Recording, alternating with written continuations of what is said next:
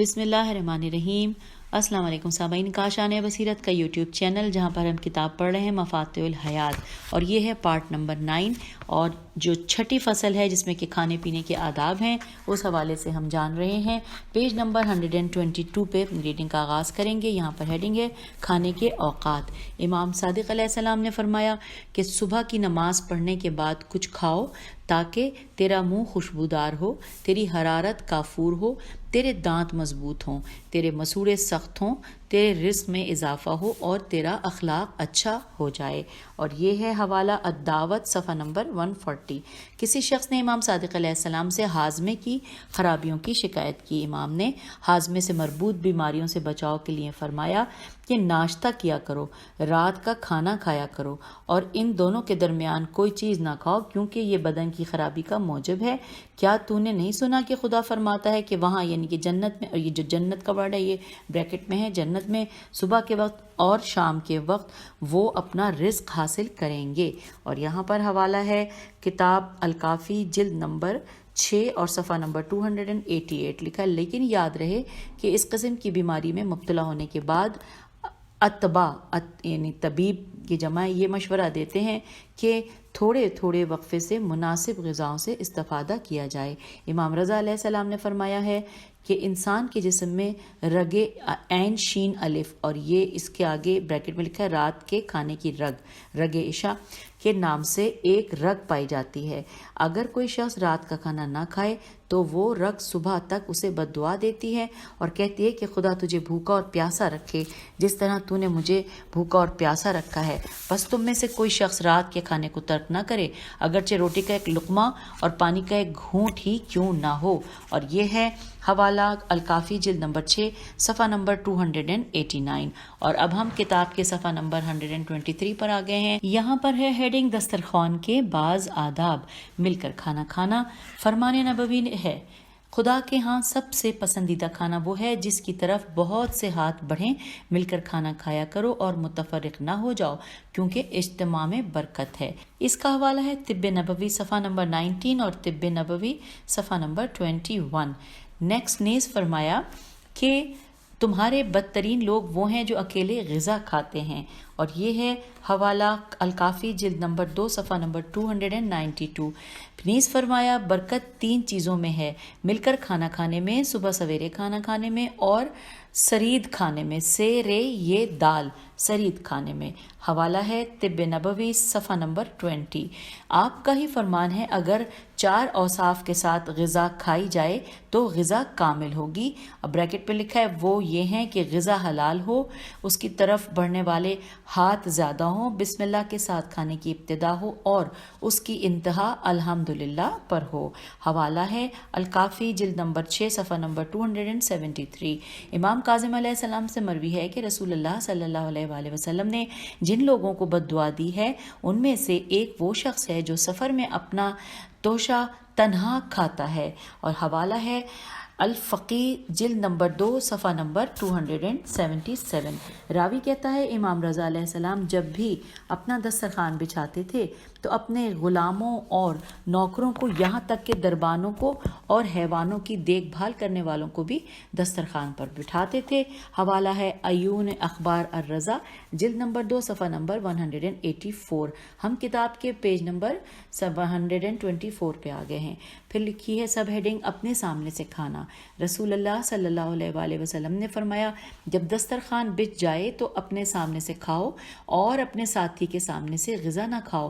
کھانے کے بالائی حصے سے مت کھاؤ کیونکہ برکت کھانے کے اوپر کی جانب سے آتی ہے۔ اور یہ ہے حوالہ مکارم الاخلاق صفحہ نمبر 149۔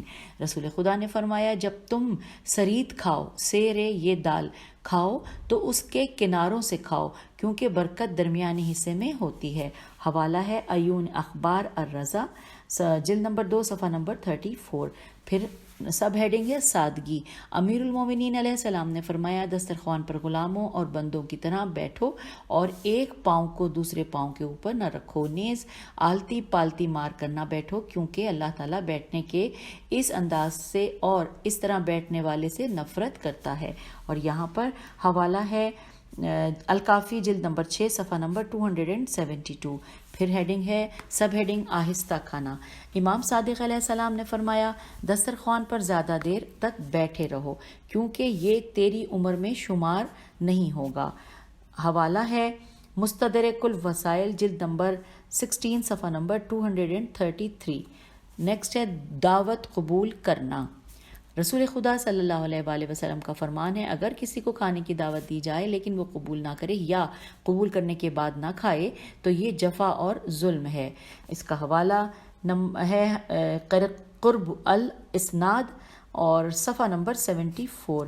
فرمان نبوی ہے کہ جب تم کسی مسلمان بھائی کے ہاں وارد ہو جاؤ اور وہ تمہیں کھانے یا پینے کی دعوت دے تو کھاؤ پیو اور اس کے بارے میں نہ پوچھو۔ حوالہ ہے الجامع الصغیر جلد نمبر 1 صفحہ نمبر 91۔ ہم پیج نمبر 125 پہ آ گئے ہیں کتاب کے۔ اب نیکسٹ سب ہیڈنگ ہے دعوت کے بغیر کھانے کی مذمت۔ رسول خدا صلی اللہ علیہ وآلہ وسلم نے امیر المومنین علیہ السلام سے فرمایا 8 قسم کے لوگ اگر توہین سے روبرو ہوں تو اپنے علاوہ کسی کی سرزنش نہ کریں۔ ان میں سے ایک وہ شخص ہے جو بن بلائے کسی دسترخوان پر بیٹھ جائے، اور یہ ہے حوالہ کتاب الخصال صفحہ نمبر 410۔ اگلی سب ہیڈنگ ہے سبزی کھانے کی ترغیب۔ اس میں لکھا ہے کہ ایک حدیث میں مروی ہے کہ اپنے دسترخوانوں کو تازہ سبزیوں سے سرسبز بناؤ کیونکہ بسم اللہ پڑھ کر سبزی کھانا شیطان کو دور کرتا ہے، اور یہ ہے حوالہ مکارم الاخلاق صفحہ نمبر 176۔ امام رضا علیہ السلام نے فرمایا کہ میں اس دسترخوان سے غذا نہیں کھاتا جس پر تازہ سبزی موجود نہ ہو، اور یہ ہے حوالہ مکارم الاخلاق صفحہ نمبر 176۔ پھر اگلی ہیڈنگ ہے دسترخوان کی آداب امام حسن علیہ السلام کی زبانی، اور اس میں لکھا ہے امام حسن مجتبیٰ علیہ السلام نے فرمایا دسترخوان کے بارے میں 12 نکات ایسے ہیں جن سے ہر مسلمان کو آشنا ہونا چاہیے۔ ان میں سے 4 نکات فرض اور یعنی کہ لازمی ہیں، 4 نکات مستحب اور 4 نکات کا تعلق آداب سے ہے، اور یہ ہے حوالہ یہاں پر لفظ فرض اگرچہ لازم اور ضروری کے مفہوم میں استعمال ہوتا ہے لیکن یہاں اس سے مراد فقہی واجب نہیں ہے بلکہ مذکورہ امور کی رعایت کی اہمیت کو بیان کرنا مقصود ہے۔ یہاں پر یہ حاشیے میں اس کے بارے میں لکھا تھا، آگے چلتے ہیں۔ لکھا ہے لازمی نکات یہ ہیں کہ خدا کو پہچاننا، خدا کو چاہنا، بسم اللہ کہنا یعنی یاد خدا، پھر الحمدللہ کہنا یعنی شکر ادا کرنا۔ مسنون نکات یہ ہیں کھانے سے پہلے ہاتھ دھونا، بدن کی بائیں جانب بیٹھنا، 3 انگلیوں سے کھانا اور انگلیوں کو چاٹنا اگر ہاتھ سے کھایا ہو۔ پھر لکھا ہے آداب یہ ہیں کہ اپنے سامنے سے کھانا، چھوٹا لقمہ لینا، خوب چبانا اور دوسروں کے چہرے کو کم دیکھنا، اور یہاں پر حوالہ ہے الفقی جلد نمبر 3 صفحہ نمبر 359۔ اب ہم پیج نمبر 126 پہ آ گئے ہیں کتاب کے، جہاں پر ہیڈنگ ہے کھانے کے ٹکڑوں کو جمع کرنا۔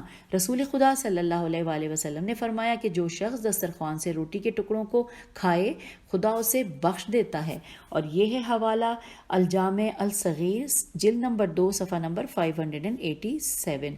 آگے چلتے ہیں۔ رسول خدا صلی اللہ علیہ وآلہ وسلم نے امیر المومنین علی علیہ السلام سے فرمایا کہ تیری دسترخوان پر کھانے کے جو ٹکڑے گرتے ہیں انہیں کھا لو، یہ تیرے فقر کو دور کرتے ہیں اور یہ حور العین کا مہر ہیں، جو کوئی انہیں کھا لے اس کا قلب علم، حلم، ایمان اور نور سے لبریز ہو جاتا ہے۔ حوالہ ہے الدعوت صفحہ نمبر 154۔ آگے چلتے ہیں۔ امیر المومنین علیہ السلام نے فرمایا دسترخوان کے ٹکڑوں کو کھا لو کہ یہ ہر بیماری کی شفا ہیں، اور یہ ہے حوالہ تحفۃ العقول صفحہ نمبر 103۔ راوی کہتا ہے میں نے امام جواد علیہ السلام کی بارگاہ میں کھانا کھایا، کھانے کے بعد خادم آیا تاکہ کھانے کے ٹکڑوں کو جمع کرے۔ امام نے اس سے فرمایا بریکٹ میں کہ صحرا میں دسترخوان سے کھانے کے ٹکڑوں کو جمع نہ کرو، اگرچہ وہ کسی گوسفند کی ران ہی کیوں نہ ہو، لیکن گھر میں دسترخوان کا جائزہ لو اور ٹکڑوں کو جمع کرو۔ حوالہ ہے الفقی جلد نمبر 3 صفحہ نمبر 356۔ پھر اس کے بعد آگے لکھی ہے ہیڈنگ پرخوری۔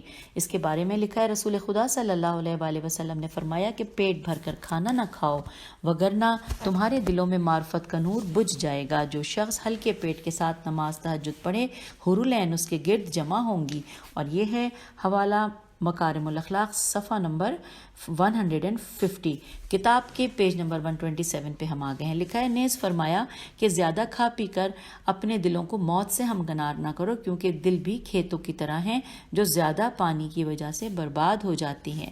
اور یہ ہے حوالہ مکارم الاخلاق صفحہ نمبر 149. نیز فرمایا اللہ اس شخص پر لطف کی نظر نہیں فرماتا جو ہر وہ چیز کھا لیتا ہے جسے اس کا دل چاہے.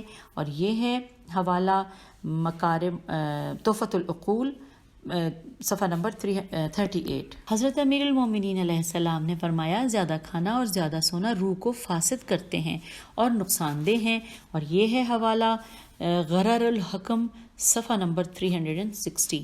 پھر ہے رسول خدا صلی اللہ علیہ وآلہ وسلم نے فرمایا اللہ 3 چیزوں کو پسند فرماتا ہے، وہ یہ ہیں کم بولنا، کم سونا اور کم کھانا.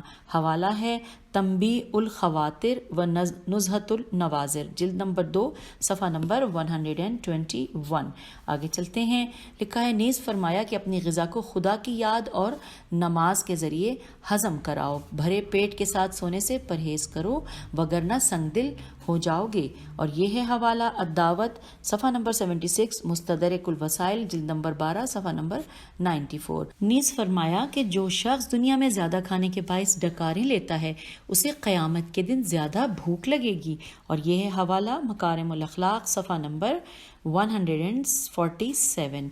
حضرت صلی اللہ علیہ وآلہ وسلم حضرت عیسیٰ سے یوں نقل کرتے ہیں کہ پیٹ بھر کر نہ کھاؤ، کیونکہ معدے اور سینے پر غذا کا بوجھ چہرے کی رونق کو ختم کر دیتا ہے. اور یہ ہے حوالہ علل الشرائع صفحہ نمبر 497. حضرت لقمان علیہ السلام نے اپنے بیٹے سے فرمایا کہ جب معدہ پر ہو جاتا ہے تو ذہن سو جاتا ہے، حکمت گنگ ہو جاتی ہے اور اعضاء عبادت سے عاجز ہو جاتے ہیں. اور یہ ہے حوالہ تنبیہ الخواطر و نزہۃ النواظر جلد نمبر 1 صفحہ نمبر 102. ہم کتاب کے پیج نمبر 128 پر آ گئے ہیں. لکھا ہے امیر المومنین علیہ السلام کے بقول ابو حجیفہ نے پیغمبر صلی اللہ علیہ وآلہ وسلم کی موجودگی میں ڈکار لی. حضرت صلی اللہ علیہ وآلہ وسلم نے فرمایا کہ اپنی ڈکار روک لو، کیونکہ جو لوگ دنیا میں سب سے زیادہ سیر ہو کر کھاتے ہیں وہ آخرت میں سب سے زیادہ بھوکے رہتے ہیں.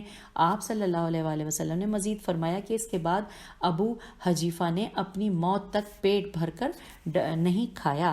اور یہ ہے حوالہ عیون اخبار الرضا جلد نمبر 2 صفحہ نمبر 38 اور 39. آپ کا فرمان ہے اگر تم سیر ہونے سے پہلے کھانے سے ہاتھ کھینچ لو گے تو تمہیں کھانے کا لطف آئے گا. حوالہ ہے تحفۃ العقول صفحہ نمبر 172. مروی ہے کہ جو کم کھائے گا اس کا بدن سالم رہے گا، اس کا دل پاک و صاف رہے گا. بریکٹ میں لکھا ہے کہ اس کے برعکس بریکٹ کلوز ہو گیا کہ جو پیٹ بھر کر کھائے گا اس کا بدن بیمار ہو جائے گا اور اس کا دل بھی سخت ہو جائے گا. اور یہ ہے حوالہ الدعوت صفحہ نمبر 77 اور 78.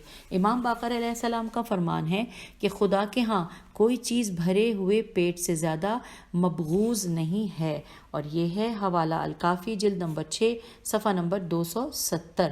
پھر لکھا ہے کہ امام صادق علیہ السلام کا فرمان ہے کہ خدا پرخوری سے نفرت کرتا ہے. نیز فرمایا کہ انسان زندہ رہنے کے لیے کھانے پر مجبور ہے، بس جب تم میں سے کوئی کھانا کھائے تو پیٹ کا 1/3 حصہ معقولات کے لیے، 1/3 حصہ مشروبات کے لیے اور 1/3 حصہ آسانی سے سانس لینے کے لیے قرار دے. سوروں کی طرح اپنے آپ کو فربا نہ بناؤ. اور یہ ہے حوالہ الکافی جلد نمبر 6 صفحہ نمبر 269. امام صادق علیہ السلام نے فرمایا کہ مومن شہوت کے ہاتھوں اسیر اور پیٹ کی خاطر رسوا نہیں ہوتا. اور یہ ہے حوالہ تحفۃ العقول صفحہ نمبر 358. ہم کتاب کے پیج نمبر 129 پہ آ گئے ہیں اور یہاں پر ہیڈنگ ہے کھانے پینے کے حوالے سے پیغمبر صلی اللہ علیہ وآلہ وسلم کی سیرت. امیر المومنین علیہ السلام کے بقول پیغمبر اکرم صلی اللہ علیہ وآلہ وسلم کے لیے کوئی غذا لائی گئی. حضرت نے اپنی انگلی اس کے اندر ڈالی. آپ نے دیکھا کہ غذا بہت گرم ہے، پس آپ نے فرمایا کہ اسے ٹھنڈا ہونے دو کیونکہ اس میں زیادہ برکت ہوتی ہے. خدا نے ہمیں آگ کھانے کا حکم تو نہیں دیا ہے. اور یہ ہے حوالہ عیون اخبار الرضا جلد نمبر 2 صفحہ نمبر 40۔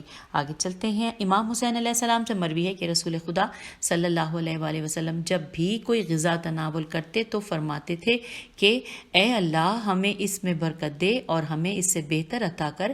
حضرت صلی اللہ علیہ وآلہ وسلم دودھ پیتے وقت فرماتے تھے کہ خدایا ہمیں اس میں برکت عطا کر اور اسی میں ہماری روزی قرار دے۔ اور حوالہ ہے عیون اخبار الرضا جلد نمبر 2 صفحہ نمبر 39۔ امام صادق علیہ السلام سے مروی ہے کہ رسول خدا صلی اللہ علیہ وآلہ وسلم نے اپنی بعثت سے لے کر اپنی رحلت تک کبھی تکیہ دے کر نہیں کھایا۔ آپ ہمیشہ غلاموں کی طرح کھاتے تھے اور غلاموں کی طرح ہی بیٹھتے تھے۔ آپ خدا کے حضور فروتنی اور تواضع کی خاطر ایسا کرتے تھے۔ اور یہ ہے حوالہ الکافی جلد نمبر 6 صفحہ نمبر 270 اور 271۔ پھر لکھا ہے امام صادق علیہ السلام نے فرمایا کہ پیغمبر اکرم صلی اللہ علیہ وآلہ وسلم بائیں ہاتھ سے کوئی چیز کھانے پینے اور اٹھانے کو پسند نہیں فرماتے تھے۔ اور یہ ہے حوالہ مکارم الاخلاق صفحہ نمبر 142۔ ہم کتاب کے پیج نمبر 130 پہ آگے ہیں۔ راوی کہتا ہے رسول اکرم صلی اللہ علیہ وآلہ وسلم دائیں ہاتھ سے کھاتے پیتے اور وضو کرتے تھے۔ اور حوالہ ہے الجامع الصغیر جلد نمبر 2 صفحہ نمبر 372۔ پیغمبر اکرم صلی اللہ علیہ وآلہ وسلم بہت گرم کھانا نہیں کھاتے تھے بلکہ اسے ٹھنڈا ہونے دیتے تھے اور فرماتے تھے کہ خدا نے ہمیں آگ تو نہیں کھلایا ہے، گرم کھانے میں برکت نہیں ہے، بس اسے ٹھنڈا ہونے دو۔ آپ جب بھی کھاتے تھے تو بسم اللہ کہتے تھے۔ آپ 3 انگلیوں سے کھاتے تھے اور اپنے سامنے سے کھاتے تھے۔ آپ دوسروں کے سامنے سے کھانا نہیں کھاتے تھے۔ آپ دوسروں سے پہلے کھانا شروع فرماتے تھے۔ آپ صلی اللہ علیہ وآلہ وسلم 3 انگلیوں، انگوٹھے، شہادت کی انگلی اور درمیانی انگلی سے کھانا کھاتے تھے۔ گاہے آپ صلی اللہ علیہ وآلہ وسلم چوتھی انگلی سے بھی مدد لیتے تھے۔ گاہے پوری ہتھیلی کے ساتھ کھانا تناول فرماتے تھے۔ آپ صلی اللہ علیہ وآلہ وسلم 2 انگلیوں کے ساتھ نہیں کھاتے تھے اور فرماتے تھے کہ 2 انگلیوں سے کھانا شیطان کا کام ہے۔ اور یہ ہے حوالہ مکارم الاخلاق صفحہ نمبر 28۔ انس کہتے ہیں کہ رسول خدا صلی اللہ علیہ وآلہ وسلم نے ہرگز کسی کھانے کو برا نہیں کہا۔ اگر آپ کو کوئی کھانا پسند آتا تو آپ اسے کھاتے اور اگر پسند نہ آتا تو نہیں کھاتے تھے۔ اور یہ حوالہ ہے مکارم الاخلاق صفحہ نمبر 30 کا۔ پھر رسول خدا صلی اللہ علیہ وآلہ وسلم لہسن، پیاز، کراس کاف ر الف سے کراس کے بارے میں لکھا ہے کہ فارسی میں کراس کو ترا فرنگی کہا جاتا ہے، اس سے مراد گندنا ہے، گاف نون دال نون الف۔ آئیے پھر مکمل کرتے ہیں۔ رسول خدا صلی اللہ علیہ وآلہ وسلم لہسن، پیاز، کراس یعنی گندنا اور وہ شہد تناول نہیں فرماتے تھے کہ جس میں مکھیوں کے پیٹ کے اندر رہ جانے والا وہ شیرہ مخلوط ہو جسے وہ پودوں سے حاصل کرتی ہیں، کیونکہ ان چیزوں کی بدبو منہ کے اندر رہ جاتی ہے۔ اور یہ ہے حوالہ مکارم الاخلاق صفحہ نمبر 30۔ ہم کتاب کے پیج نمبر 131 پر آگے ہیں۔ حضرت صلی اللہ علیہ وآلہ وسلم بہت سادگی اور فروتنی کے ساتھ دسترخوان پر بیٹھتے تھے۔ آپ کھانے کے بعد انگلیوں کو چاٹتے تھے۔ آپ کبھی ڈکار نہیں لیتے تھے۔ آپ آزاد اور غلام دونوں کی دعوت قبول فرماتے تھے، اگرچہ دعوت میں چوپاؤں کے پائے اور اوجڑی ہی کیوں نہ پکائے جائیں۔ اور یہ ہے حوالہ، اس میں حوالہ ایس سچ نہیں ہے، اس کے بارے میں لکھا ہے کہ اس دور میں چوپاؤں کے پائے اور اوجڑی سے تیار شدہ غذا کو حقیر سمجھا جاتا تھا۔ آج بھی بعض عرب علاقوں میں یہی حال ہے۔ آپ صلی اللہ علیہ وآلہ وسلم ہدیہ قبول فرماتے تھے، اگرچہ ایک گھونٹ دودھ ہی کیوں نہ ہو۔ پھر لکھا ہے کہ آپ اسے پیتے تھے لیکن صدقہ نہیں لیتے تھے۔ اور یہ ہے حوالہ مناقب آل ابی طالب ابن شہر آشوب جلد نمبر 1 صفحہ نمبر 146 اور بہار الانوار جلد نمبر 6 صفحہ نمبر 227۔ امام صادق علیہ السلام کے بقول رسول اللہ صلی اللہ علیہ وآلہ وسلم سالن اور تیل کے بغیر جو کی روٹی کھاتے تھے۔ اور یہاں پر حوالہ ہے الزہد صفحہ نمبر 29۔ پیغمبر اکرم صلی اللہ علیہ وآلہ وسلم پانی پیتے وقت پانی کے برتن میں سانس نہیں لیتے تھے اور سانس لیتے وقت برتن کو منہ سے دور لے جاتے تھے۔ اور یہ ہے حوالہ مکارم الاخلاق صفحہ نمبر 31۔ راوی کہتا ہے کہ رسول اللہ صلی اللہ علیہ وآلہ وسلم جب بھی غذا تناول فرماتے تھے تو اپنے سامنے کے آدمی کو لقمہ بنا کر دیتے تھے اور پیتے وقت اپنی دائیں جانب بیٹھے ہوئے شخص کو پانی دیتے تھے، اور یہ ہے حوالہ الکافی جلد نمبر 6 صفحہ نمبر 299۔ اور یوں ہم نے 6 فصلیں مکمل کر لیں، یعنی 6ٹھی فصل مکمل ہو گئی ہے، اور اب ہم کتاب کے پیج نمبر 132 پر آ گئے، اور یہاں پر ہم پڑھنے جا رہے ہیں 7ویں فصل جس کا آغاز ہو رہا ہے اور جس کی مین ہیڈنگ ہے لباس کے آداب۔ آئیے جانتے ہیں، اس میں سب ہیڈنگز آتی رہیں گی۔ اب اس میں سب ہیڈنگ ہے لباس کی اہمیت۔ رسول خدا صلی اللہ علیہ وآلہ وسلم فرماتے ہیں کہ انسان کا حق ہے کہ اس کے پاس لباس ہو جو اس کے بدن کے چھپانے والے مقامات کو چھپائے۔ حوالہ الجامع الصغیر جلد نمبر 2 صفحہ نمبر 462۔ آپ کا ہی فرمان ہے کہ لباس بے نیازی کی علامت ہے۔ حوالہ الجامع الصغیر جلد نمبر 2 صفحہ نمبر 462۔ نیز فرمایا بدن کی شادابی اور پرورش 3 چیزوں کی مرہون منت ہے، اور وہ یہ ہیں کہ خوشبو، ملائم لباس اور شہد کا استعمال۔ اور یہ حوالہ ہے طب نبی صفحہ نمبر 25۔ اب ہم کتاب کے صفحہ نمبر 133 پہ آ گئے ہیں۔ امیر المومنین علیہ السلام کا فرمان ہے لباس زیبائی کو نمایاں کرتا ہے، اور اس کا حوالہ ہے کتاب الخصال صفحہ نمبر 92۔ آپ ہی کا فرمان ہے کہ پاکیزہ لباس غم و اندوہ کو زائل کرتا ہے اور نماز کے لیے بھی ضروری ہے۔ اور حوالہ ہے الکافی جلد نمبر 6 صفحہ نمبر 444۔ پھر اس کے بعد نیکسٹ ہیڈنگ آ گئی ہے برہنگی کی ممانعت۔ لکھا ہے امام صادق علیہ السلام نے فرمایا ہے کہ اگر کوئی شخص حمام کے اندر لنگی کے بغیر یعنی ننگا ہو اور دوسرا شخص اسے دیکھے تو ان دونوں پر رسول خدا صلی اللہ علیہ وآلہ وسلم نے لعنت کی ہے۔ الکافی جلد نمبر 6 صفحہ نمبر 503۔ رسول اللہ صلی اللہ علیہ وآلہ وسلم نے فرمایا اے علی، اللہ تعالیٰ انسان کے ننگے ہونے اور بغیر تہبند کھلے آسمان تلے نہانے، نیز پانی کی نہر اور حمام میں داخل ہونے کو پسند نہیں فرماتا۔ حوالہ ہے مکارم الاخلاق صفحہ نمبر 435۔ امیر المومنین علیہ السلام کا فرمان ہے کہ جب تم ننگے ہو جاتے ہو تو شیطان بری نیت سے تمہاری طرف دیکھتا ہے، بس اپنے آپ کو لباس کے ذریعے چھپاؤ۔ اور یہ ہے حوالہ تہذیب الاحکام جلد نمبر 1 صفحہ نمبر 373۔ نیکسٹ ہیڈنگ ہے لباس کے آداب۔ رسول اللہ صلی اللہ علیہ وآلہ وسلم نے فرمایا کہ آرام دہ اور ہلکا جوتا پہنو اور اہل کتاب کی طرح نہ بنو، یعنی نالین پہنو اور موزہ نہ پہنو۔ اور یہاں پر حوالہ ہے الجامع الصغیر جلد نمبر 1 صفحہ نمبر 417۔ نیکسٹ لکھا ہے کہ نیز فرمایا کہ عمدہ جوتے اور لباس پاکیزہ پہنو، اور یہ ہے حوالہ دعائم الاسلام جلد نمبر 2 صفحہ نمبر 158۔ نیز فرمایا کہ اچھے اور نئے لباس اور جوتے خریدا کرو، اور یہ ہے حوالہ الجامع الصغیر جلد نمبر 1 صفحہ نمبر 71۔ نیز فرمایا کہ اگر میری امت کے مرد و زن پھٹے ہوئے اور پیبند لگے ہوئے جوتے اور نالین پہننے سے دریغ نہ کریں تو خدا ان سے نرمی برتے گا۔ اور یہ ہے حوالہ الجامع الصغیر جلد نمبر 1 صفحہ نمبر 82۔ نقطہ یہاں پر ہے، نقطے کی ہیڈنگ ہے کہ اس قسم کی احادیث کا مقصود مسلمان کو یہ پیغام دینا ہے کہ وہ لباس کے معاملے میں صفائی اور عمدگی کی رعایت کرتے ہوئے سادہ زندگی گزاریں اور تجمل پرستی سے اجتناب کریں۔ نیز فرمایا کہ جب تم اپنا لباس اتارو تو بسم اللہ پڑھو، اور یہ ہے علل الشرائع میں صفحہ نمبر 583 میں موجود ہے۔ پھر لکھا ہے نیز فرمایا کہ لباس اتارنے کے بعد انہیں تہہ کر لو، یہ الجامع الصغیر جلد نمبر 2 صفحہ نمبر 89 اس کا حوالہ ہے۔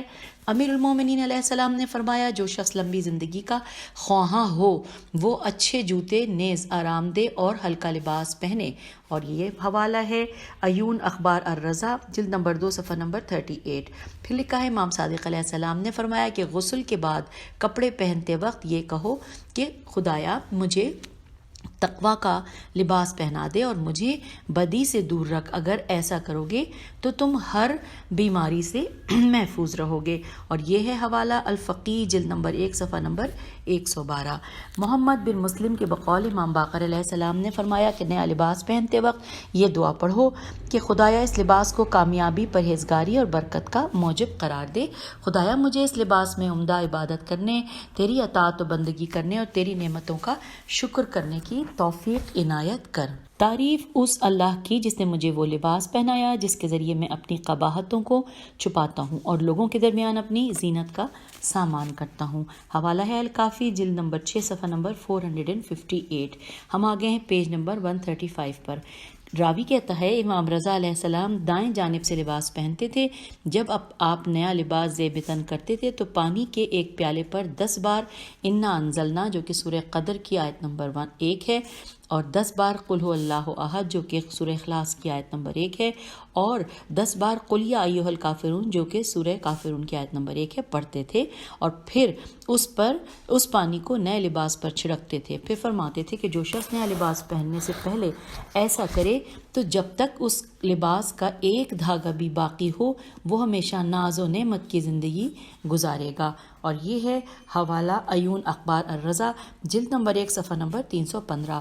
پھر لکھا ہے اسحاق بن عمار کا کہنا ہے کہ میں نے امام صادق علیہ السلام سے پوچھا کہ کیا یہ جائز ہے کہ مومن کے پاس 10 قمیضیں ہوں؟ فرمایا ہاں. میں نے پوچھا اگر 20 قمیضیں ہوں؟ فرمایا کہ ہاں. یہ بھی اسراف نہیں ہے. اسراف یہ ہے کہ تم قیمتی قمیض بریکٹ میں لکھا ہے محافل و مجالس کے لیے استعمال ہونے والے لباس یہاں پہ بریکٹ کلوز کو کام کے وقت استعمال کرو. اور یہ ہے حوالہ مکارم الاخلاق صفحہ نمبر 98. امام صادق علیہ السلام نے فرمایا کہ اسراف کی کم از کم حد یہ ہے کہ تم عام اوقات میں کام کے وقت اس لباس کا بیجا استعمال کرو جو مجالس و محافل کے وقت نیز ملاقاتوں میں عزت و آبرو کی خاطر پہنا جاتا ہے. اور یہ ہے حوالہ الکافی جلد نمبر 6 اور صفحہ نمبر 460. پھر نیکسٹ آگے لکھا ہے کہ مروی ہے کہ رسول اللہ صلی اللہ علیہ وآلہ وسلم کالے لباس کو ناپسند فرماتے تھے سوائے کالے جوتے، عمامے یا اور ابا کے. اور یہ ہے حوالہ الکافی جلد نمبر 6 صفحہ نمبر 449. ہم آگے ہیں کتاب کے صفحہ نمبر 136 پر. امام صادق علیہ السلام کا فرمان ہے کہ سیاہ جوتے اور زرد نالین کا پہننا سنت ہے. اور یہ ہے حوالہ مکارم الاخلاق صفحہ نمبر 125. آپ کا یہ بھی فرمان ہے کہ جو شخص زرد جوتا پہنتا ہے وہ اس جوتے کے فرسودہ ہونے سے پہلے ہی کوئی فائدہ حاصل کر لیتا ہے. اور یہ ہے حوالہ مکارم الاخلاق صفحہ نمبر 124. نیز آپ نے فرمایا کہ جو شخص زرد جوتا پہنے گا وہ ہمیشہ خوش رہے گا یہاں تک کہ وہ جوتا فرسودہ ہو جائے. اور یہ ہے حوالہ مکارم الاخلاق صفحہ نمبر 124.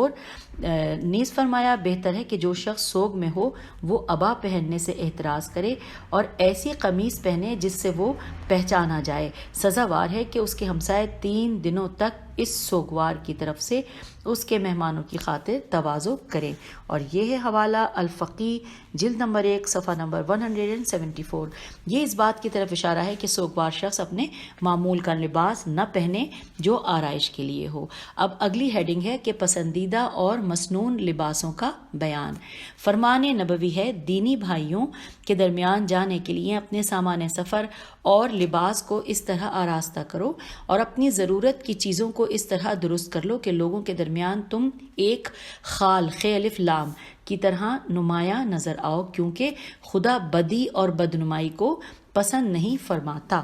اور یہ ہے حوالہ الجامع الصغیر جلد نمبر 1 صفحہ نمبر 388.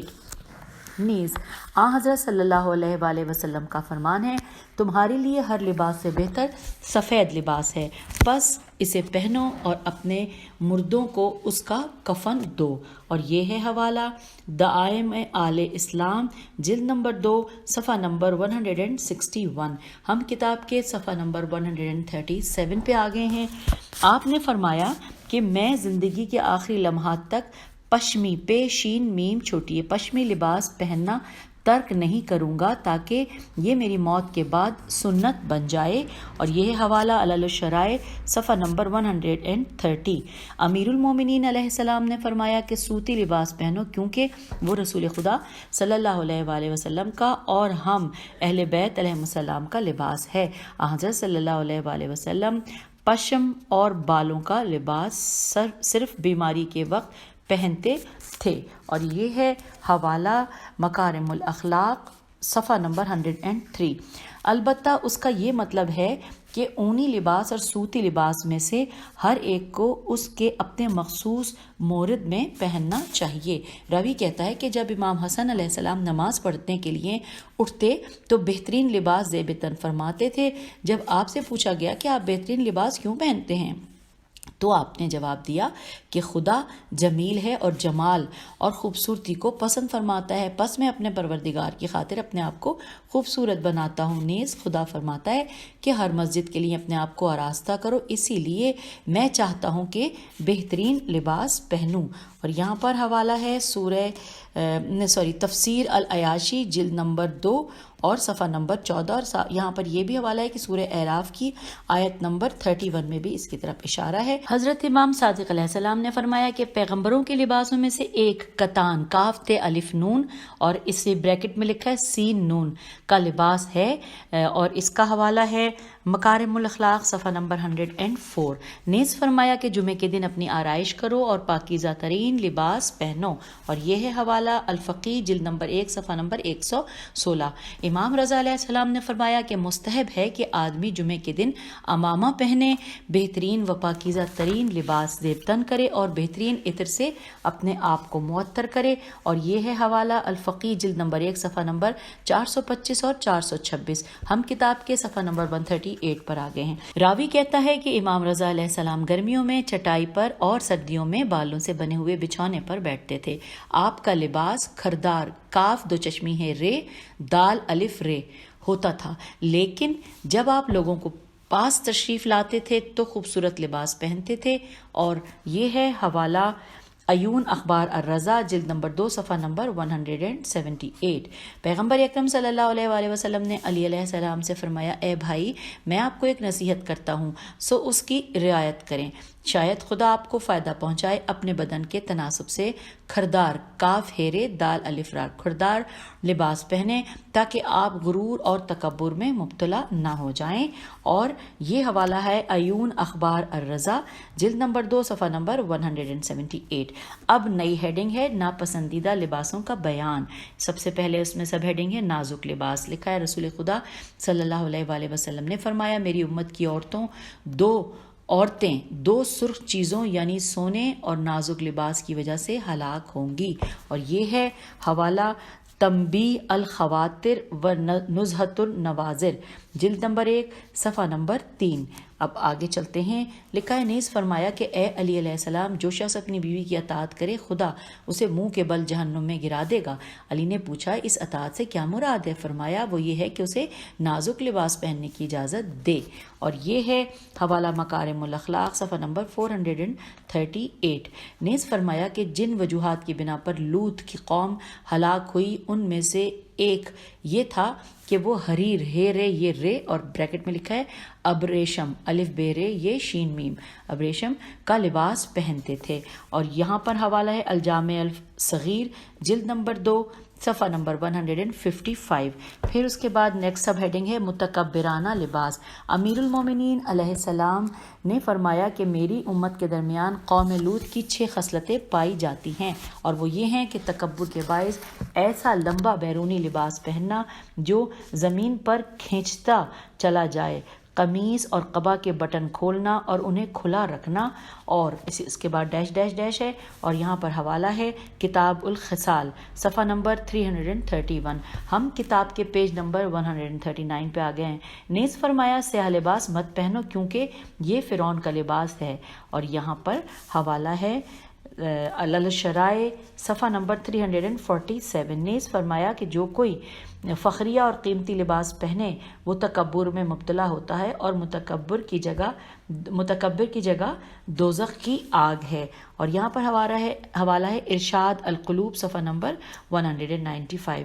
اب نیکسٹ سب ہیڈنگ ہے زربافت لباس، زیر بے الف فے تے، زربافت لباس لکھا ہے امام باقر علیہ السلام سے مروی ہے کہ رسول خدا صلی اللہ علیہ وآلہ وسلم نے اپنی امت کو سونے کی انگوٹھی پہننے سے نیز ریشمی، ارغوانی اور زربافت لباس کی اقسام زیب تن کرنے سے منع فرمایا ہے، اور یہ ہے حوالہ قرب آل اسناد صفحہ نمبر 34۔ پھر اس کے بعد نیکسٹ سب ہیڈنگ ہے نوکدار جوتا، امام صادق علیہ السلام نے فرمایا کہ باریک اور نوکدار جوتا نہ پہنو کیونکہ یہ فرعون کا لباس ہے اور سب سے پہلے اس نے اس قسم کا جوتا پہنا تھا۔ اور یہاں پر حوالہ ہے تحفۃ العقول صفحہ نمبر 105، مردوں کا زنانہ اور عورتوں کا مردانہ لباس پہننا۔